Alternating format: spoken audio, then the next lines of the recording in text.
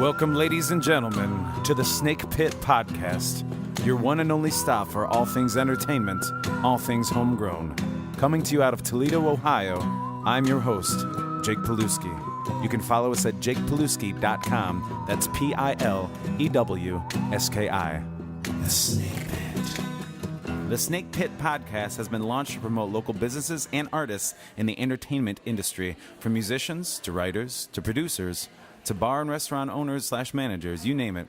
And in doing so, we build a broader awareness for not only these folks' art and businesses, but ultimately bringing the community closer together on a more personal level. Because let's face it, the heart and soul of any city or town starts with the common thread of entertainment. So, without further ado, the inaugural Snake Pit Podcast, and I'm pretty happy to announce that I'm with no other than the one and only Toledo's own Jeff Stewart, ladies and gentlemen. Hello, Jake. Hey, Jeff, how's it going, my friend? I'm good, man. Yeah? Yeah. I think we've been trying to meet up for quite a while. Yeah. We've talked about going and getting some margies at San Marcos, and here we are doing a podcast, so perhaps San Marcos will get on a podcast eventually. We'll do that around the lunchtime. Yeah. Get that in for sure. Quite an ambience. Always hungry. So, I'm sure most people listening already know who Jeff Stewart is, but those of you who don't, you're doing yourselves a disservice. Go ahead and just Google him. You're going to find him. Make sure you put Jeff Stewart Toledo, though. And he's got There's an English actor. There is an English Stewart actor. He gets all the good images on the Google. I found that out when I was like, oh, yeah, I'll just pull up everything that I need to know and then some. And I'm like, except for that guy. So, yeah, he's been playing. Honestly, before I was even playing the circuit, Jeff Stewart, I would hear his name in the paper. I'd hear his name, friend of a friend, always talking about going out and witnessing live music. And, man, you got to check this guy out. He's got the talent. He's got the look. He's got everything that you need. And he's doing it almost night after night. And that was quite an inspiration while I'm back there at, headliners making, if I'm lucky, $10 a night playing original music for 40 minutes and getting kicked off the stage then. So it's a pleasure to have what I would say an inspiration without even knowing who you were to begin with, which is pretty fantastic. Thank you, buddy. So let's start off with what I'll call the first 5 questions. We'll do this every time we have anybody on, and we'll have a little thing, The first 5. So let's let you talk a little bit, my friend. First off, how about let's say your first CD / album / cassette, depending on, what the medium was at the time. Mine was cassette, to be honest. So Mine was cassette as well. I was in 7th grade, and I was really aware of who the Rolling Stones and the Beatles were all my life. Oh, yeah. And first morning of class in 7th grade, a new buddy of mine says, you have to go and get Tattoo You by the Stones. It had Waiting on a Friend, which is my favorite song in the world, on it. Start Me Up, all those great songs. Anyway, I had my mom run me over to the Kmart, and I had Tattoo You as my first cassette. My first record, vinyl-wise, was probably a year before that. It was the last day of school in 6th grade, and we got to bring in albums. And one of my buddies brought in Kiss Destroyer. Oh. And it was... It just blew my mind. I would sit on the floor for hours looking at the guys and the little town below and imagine what was going on there. And anyway, it spoke to me a lot. Kiss Destroyer. So what would be your song off there that you would say really, really spoke to you? Because, for the Kiss fans out there, they're already itching at the question. There's the whole rock and roll thing, but of course Beth. The great ballad, applicable in so many situations throughout life. All right, well, going along that, then what was your first concert, if you will? First concert was, I saw Iron Maiden at the Toledo Sports Arena in 1983 on their Peace of Mind tour. And I was 13 years old and went with my younger brother, and a group of friends. We got dropped off out front by my mom, and it was like a scene out of, Detroit Rock City or Dazed and Confused, totally blow, just... You see all the stereotypical things you might see at a concert in the early 80s. And definitely when they came on, it was full-on British rock and roll. Big Eddie up there being animated and that the spandex pants and all that stuff. Well, it's not the 80s without spandex. No, you had to have it. Fireworks and neon. Yeah. So that was my first taste of the big rock and roll. Cool. So is that... initially then, and this isn't part of the first 5, this is a follow-up, was that initially what you kind of felt like, this is where I got to be? I got to be putting on the spandex. I got to be playing like these guys. I didn't know if I would be putting on the spandex, but my jeans are tight today, I think, a little bit. But I think it was more just the energy, and these guys are up there playing their guitars. Right. And that was the cool thing to me. These guys rocking on a big stage, making noise, and people loving it. You right. know, it's kind of 13 years old. If it didn't do anything for you, then you might look into something else. Right. So, okay. Well, here's a different one. I mean, this might require a couple different answers because, as with a lot of these questions, it depends on kind of where you are in life at the time. Because this isn't necessarily a first, but this is what would you consider to be either your dream duet or your dream collaboration? That's playing or writing or producing or anything. I would say I'm probably out of the dreaming phase, just getting stuff done right now with friends that I want to work with in the area, my good musical mates. Yeah. You and I are going to be doing something soon. So. Oh, absolutely. But, I mean, like, if I had an opportunity to do a duet with, like, say, an Alison Krauss, who could maybe round out my rough edges, yeah. I think that could be pretty sweet. Something of that nature, maybe a real earthy record with someone like that. That's a great pick. So many great producers to work with. I'm working with one of my favorites right now, my friend Greg Leonard. It's less dreaming. It's just like, okay, I'm going to do this. You can pretty much do whatever you want now. Right. It can be done. So put the dreaming into the craft and get it out. I'm glad you see it that way. And you've done quite a few collaborations over time, haven't you? Mm-hmm. Especially now, I have my record, which we could talk about after a bit here, coming out. I'm working on a collaboration right now. I just wrote 10 songs with my friend Bob Stevens, who's a great local guitarist, and he and I learned how to write. We learned how to write together, and we learned how to put things down and trust each other. And now we have an album. So now we're recording. We already have 3 songs done. So it keeps going on. I'm recording a group of eclectic kind of Beastie Boy 808 kind of beats with a folky Donovan-y vocal juxtaposition, and with my old friend from college, Brian Nupp, we're collaborating, and it's all different. And then my friend John Danielek and I have some music that we've been working on, which is more like European pop, dark. Yeah. I don't know. There's just many things going on, and I don't see the end to it. It's my friend Shane Piasecki and I, who is a great American songwriter. It's fantastic. He and I just wrote a song that I love to sing now, like 2 or 3 times a night. So it's fun to collaborate. Once you put down your guard and realize that you can get stuff done together as a tandem, I think it's powerful. When it clearly, obviously, speaks to the heart, speaks to the mind, which also then speaks to the music. When, as you collaborate, you only learn more and more and more, which is just like life in general. But when you can do that as an artist, clearly, anybody who listens to your stuff, you can tell there's a lot of versatility there. So that's got to be a huge part of it. You learn how to streamline, and you learn how to get to the heart of the song, no matter what medium you're using. You don't have to search so much anymore for every little thing. Now you kind of know what you want, and you're going to always stumble upon new great sounds and new great ideas and melodies. But sometimes to be able to have some history of understanding the songcraft, it's freeing. It gives you a little more space to work with. You can get it done more so than dreaming about it, right? What have you. So there's no rules to how you write a song either. Right. There's many different possibilities of what happened. I always have a pencil with me. It's my nervous tick. It's in my hand, and I'll hear somebody say a wrong phrase or something. What'd you say? And I go, I thought you said that. And I'll write, or even what they did say. Maybe I wouldn't have been able to say that in those simple of terms, or those difficult of terms, maybe. Right. So I write these stuff. I write it down. I got notebooks and I got papers everywhere, collected that I pull from and I use as my kind of my songwriting Bibles and.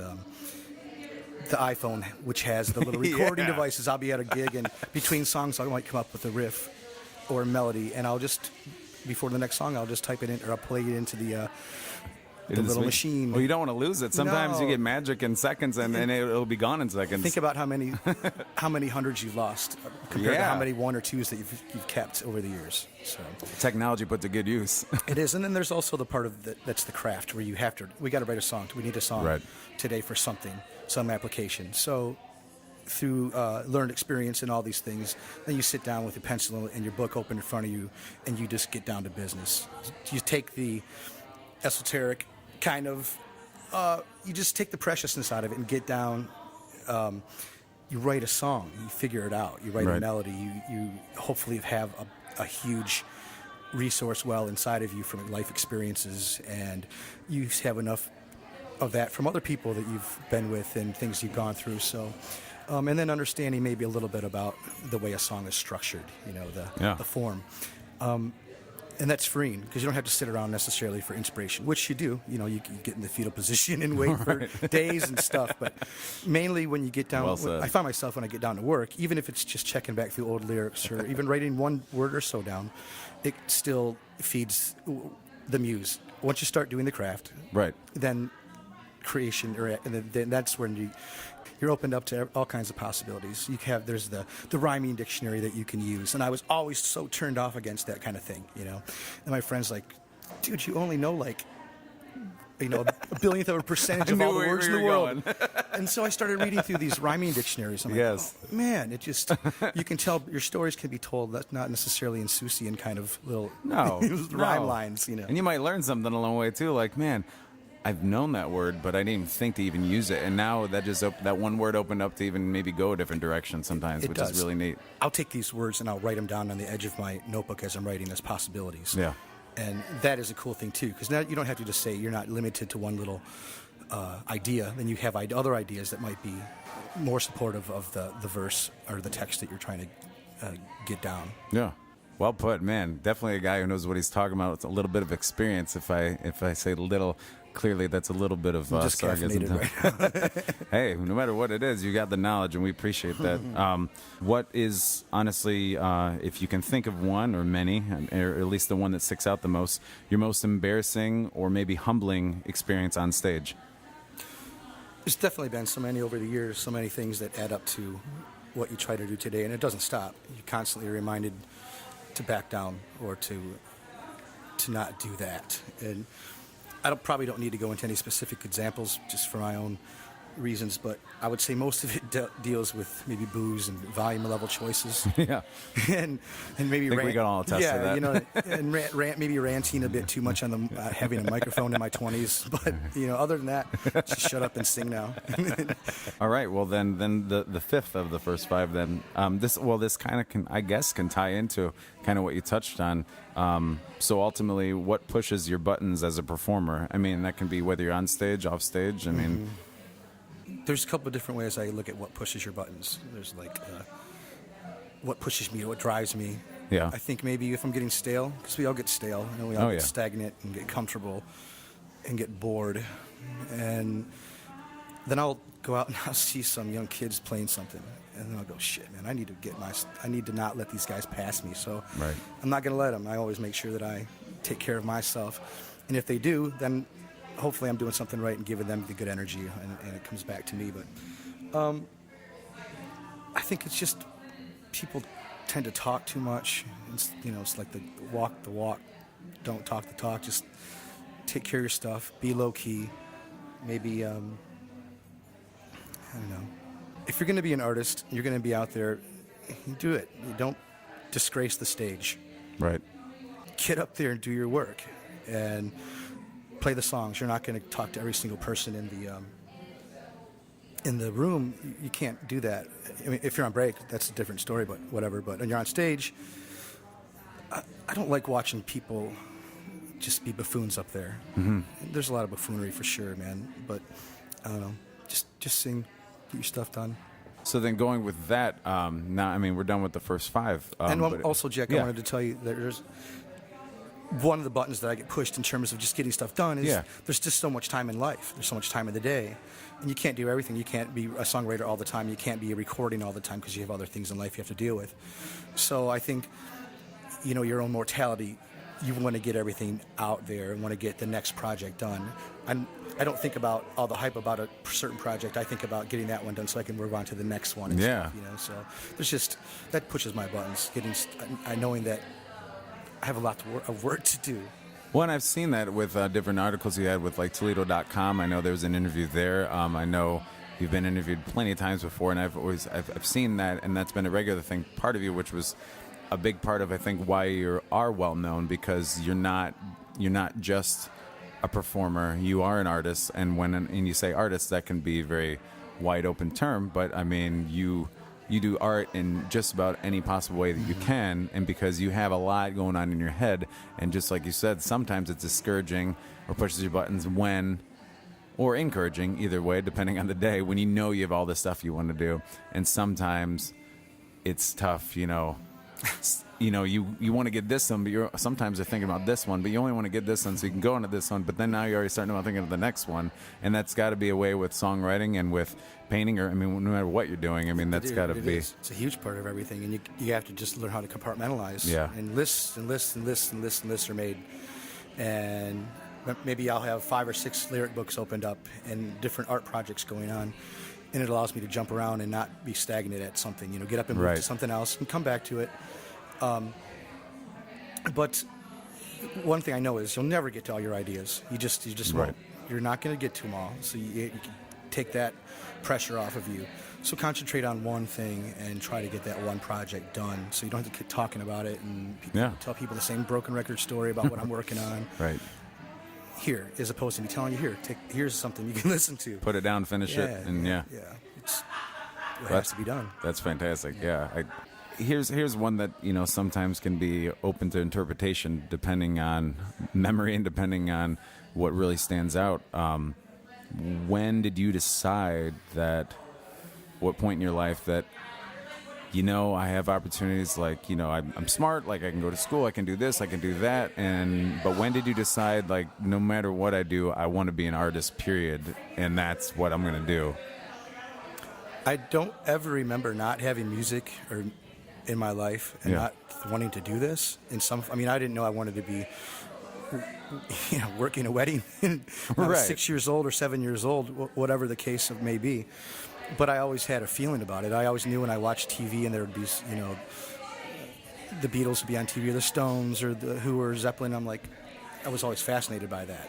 So there was always something that drew me in. When I got my Rolling Stones tape home, just strumming wildly on my guitar that I couldn't play yet, trying to be cool in the mirror. I think that it just always spoke to me. Yeah. And then I worked enough out of college. Jobs that I cannot get those hours back. And so, although it can be extremely grueling and terrible on your life, being in the bar scene and this life, it can be a real pain in the ass. But at the end of the day, I'm playing my guitar, and I count my blessings with that stuff.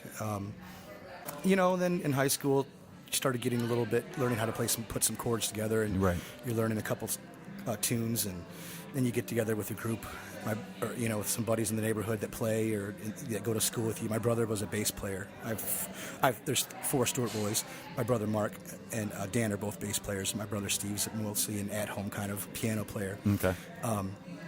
Mark and I would jam. I had my guitar. Mark had his bass. After school every day we jammed, and then we formed a band. So from then on, you kind of get the itch to make noise. I guess we can move on to what have been your main influences, like growing up, and even to today, because I know personally, every time you hear something, you're influenced. Every time you see something, you're influenced. So what exactly would you consider your main influences, whether it's in sound and in writing and singing, because you have your own distinct voice, you have your playing ability? Is it attributed to certain acts that you've heard over the years or listened to, or is it goes back to what you first listened to, or is it just a combination of everything over time? Well, if I have to speak from right now's point of view, as a man in my 40s, I can't speak for what got me going necessarily in my 20s or 30s anymore. Right. But now it's just, I pay attention. I read voraciously books of my heroes, what they've gone through, and try to take some of that knowledge and wisdom and seeing concerts in intimate venues, and hearing how the amps breathe and the tube amps breathe, and figuring out sound. And you're constantly, in our business, we were in bars a lot, we're in noise a lot, there's a lot of din that you have to get over, and just being able to, you have to find your own voice in that stuff. You have to cut it through somehow, and singing night after night, there's no recovery time. So you're always blasted out. I maybe get 2 or 3 good nights a year of pure voice where my range is bigger than just right here how it is right now. You know, Yeah. it doesn't work like that anymore. Especially as much as you play, because I mean, are you still doing 4 to 6 nights a week? You got to pay the rent. I got to Yeah. I pay for my own stuff. For my recordings, I pay for everything, all my materials. You can't paint a house without the paint, so I got to pay for it. Do I want to be in the bars every night? No, not anymore. Yeah. Just I don't do that. I can't do that anymore. I can't live like that anymore. Not that it's a bad thing for anybody. No. And it doesn't have to do with that. It's just about personal choices now and recovery, especially recovery the next day. And, if you want to be shitty the next night at a performance, then that's okay. But it's not fair to necessarily the people that are there. Right. They want you at your best every night, and you can't always obviously give that if you're doing it that much. You can hope. Yeah, you can't. It catches up with you for Yeah. sure. It's not a cliche to say that. It just does. No, absolutely. This is Jeff Stewart, ladies and gentlemen. Now we're going to delve into the artist, Jeff Stewart, as we have the person. Now we want to know what he's doing next, because he has a lot of great material. You can catch it on iTunes. He had Can't Stand Still that came out in, 2014, correct? Yeah. Which was... Can't sit still. I'm just Can't Sit Still. That's kind it. of like right now. That record was put together over a course of a long time. I mean, like a decade time. Oh, wow. I wrote the songs years ago with the intention of putting the full-length record out. So what I did prior to it was I laid down a quick one take in between the cracks in the studio up in Ann Arbor at Big Sky recording with my friend Greg. And we recorded in between. We had 5 minutes before the next guy came into the studio. Let's just get this down real quick, with the intention of always putting these acoustic songs, putting the meat on them. There were skeletons, and I always wanted to have the full length because it was how I heard them in my head. So, because real life happens and so many things happened, financing and divorces and just real life stuff, it took a long time to record. And I used, various friends that I wanted to play with me on it, and you can really get some stuff done nowadays at a high level of sound output. There's so many great. Just because it's digital doesn't mean it's not 2-inch tape anymore necessarily. But the emulation that these plugins and things are giving you, it's endless, the possibilities. So I'm off topic a bit, but. No, that's fine. You've done a lot over the years for musicians like me and a lot of other musicians, and older, younger, same age. So now, tell us about the new record. Is this one still a decade in the making too? Was it B tracks, or is this all brand new material? It was all. I wanted to do it opposite of what had been transpired before, and I wanted to get an album out quickly. Yeah. I had done that one, and it took a long time, and it was a weight off my shoulders, and I needed something else to get out right now. So I put together these songs that had been building up, how songs are written over the course of time, and some brand new stuff while we were recording it. I got a group of guys together, and we flew in our friend Greg Leonard from California, and he came in and over the course of a couple weeks in Christmas time area, we laid down the tracks. We laid down. Our bass player and drummer recorded together, so we have a live feel. There's a cohesion mix with this record. It's all done together and with the same guys. And I did the vocals after that quickly, in the spirit of rock and roll. I wanted to get it done, and we did that. It's being mixed and mastered right now, and the artwork is being done. I just wanted to prove to myself, not as a vanity project or anything, but just to be able to pump out a record that was strong and not just pushed out. Strong, but art kind of in the moment, if you will. A live recording. As we were together sitting there was no pre-production for this one. The other album had many, many hours and months of pre-production. This one, we made a decision in the chair. We're going to live with the paint color on the walls. This is how it's going to be. Yeah. And we build upon the spontaneous moment of the song, and we tried a couple different directions with it. Find out what tempos we needed to use, how to deliver it best with my voice, what key, and we laid it down, and it's going to be out. So that was a great experiment.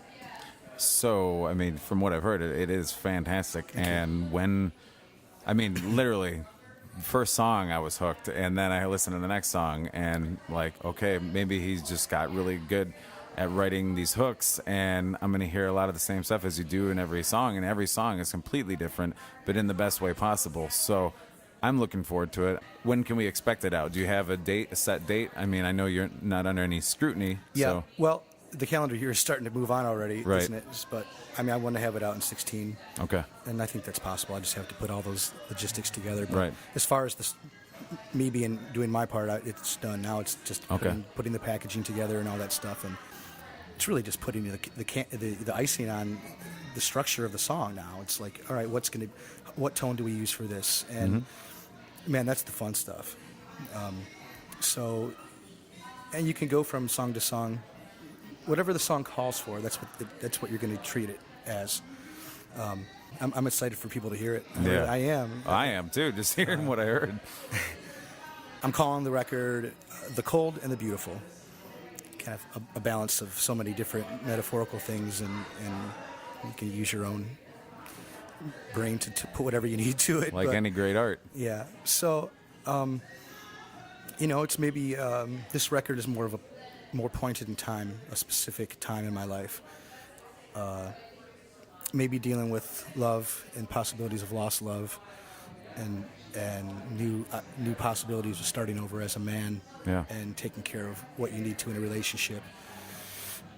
And then all those things that entails, from the pillow talk to the morning light, all those things we try to rhyme light with, and all that stuff. And then the rhyme dictionary comes into play here and there. Comes out, yeah. Then it becomes illumination. Right. I love it. So, I mean, aside from iTunes, then, tell people where they can hear your stuff, where they can follow you. Well, the iTunes and all the usual social norms. I try to have a YouTube presence and a Facebook presence. Yeah. Instagram presence and stuff. And then my friend Dave Johnson, who's been my best friend since we were little kids, he believes in me, and he's taking care of some of those things, and he has a thing called Bandcamp, which is set up, and you can support, you can help an artist be sustainable and keep putting out products and stuff. Paddock Culture Clash, you can buy the physical copy of my stuff over at his place. That's fantastic. They still support that too. Yeah. I want to do. It's hard to know what is a good medium to put stuff out in. I mean, our retail is out of our gig bag. Here's my album, here's and it's my ever CD. changing. It's ever changing. Yeah, it's new. There's new models for everything, and I order a run of 1,000 CDs? Is it going to sell? Am I going to be stuck with boxes of them? Right. Are people going to just take, unload or download certain songs or whatever? And I don't know how to read that. And I think everybody's trying to figure that out now. I know that there's a resurgence of vinyl going on. Oh yeah. So, and I'm turned on by that. Oh yeah. I'm going to put this one out on vinyl. I'm going to get it pressed. So I don't know how that'll work out necessarily with selling them, but I don't care. Well, we learn. We'll do that. Yeah, indeed. If you don't, it's always no until you ask, right? Yeah. So you have that going, but I know you said you have an art show coming up. So, I mean, a lot of folks know you as Jeff Stewart, the musician. Tell us, about your art show. Tell us what you'll be delving into with that. I mean, because that's a whole different, not necessarily a whole different, it's just a different medium, essentially. It's a different medium, exactly. I have so much art. My brain gets scattered thinking about all these things, and you're bringing up all these different. I'm thinking about it on the fly here. And there's so much. People mainly know me as the singer guitar player, and I have a lot of visual art that I'm ready to explode with. And a friend of mine, Greg Zappone, befriended me, and he saw my work. He convinced me, let's start slow. All right. Let's get some. You don't have to put everything out there. Let's start slow. Yeah. Let's get a little overview of what you're about as an artist, all your different types of artwork. And then he came up with a place that is supportive of the arts, which is Bars Public House. And we're working with Stephanie. It's a very small room, but we're going to do it intimately with about 9 to 10 pieces. And the show is September 14th. It's a Wednesday night. And it's going to be open from 7 to 10, and then from 8 to 9 I'm going to do a performance, and I'm going to talk about I'm going to sing some songs, some new stuff, and maybe talk about how those. I'm not sure what I'm going to talk about yet. This is still to come. But with the art, I'm going to maybe field some questions and talk about maybe some of the process and what I was thinking about and some of the stories that are involved with how the brain works when you're painting and what some of the things mean or what they don't mean or what. Right. Is it just colors? What are you trying to say? Are you trying to say something? Are you trying to say nothing? Are you just having fun? Are you just painting dots? I think it's going to be an interesting, a very intimate evening. And I hope people can take some stuff away from about what I do and what I am, and hopefully they can also take some home with them and put it on their walls. So that would be. Well, I think that's a lot of consumers' dream is you listen to these albums of some of these musicians, or you hang a painting on your wall from these artists, and all of which have passed. And sometimes you would love more than anything to sit in a room with them and hear what they had to say. And we get to do this with you, and that's fantastic because that's like a lot of people don't realize the gravity of that, the weight of that experience, and that's fantastic. I always think it's so boring when I talk about myself, because you're living with yourself every freaking day, but to say it when I get inspired when I'm in another city or when I'm somewhere else or I see somebody else doing something that's turning me on. Yeah. They might say the simplest thing, and I'm like, oh, it affects me. So hopefully, without an ego, you can affect somebody else that's maybe there Correct. to see what you do. And honestly, I want to thank you for being here. The inaugural Snake Pit podcast, new thing we're trying to Toledo has a fantastic. A lot of people would call it music mecca. I think it's an art mecca because I think it doesn't stop at the music. I think we have fantastic businesses like the one we're sitting at right now. Veritas, they let us do this here. Veritas, a sponsor, let us house the podcast fronts. Did you say fronts? And it's got this great lounge feel here. It's still, I would consider it new, at the corner of Jefferson and Superior. You can get wine, you can get rotating craft beer.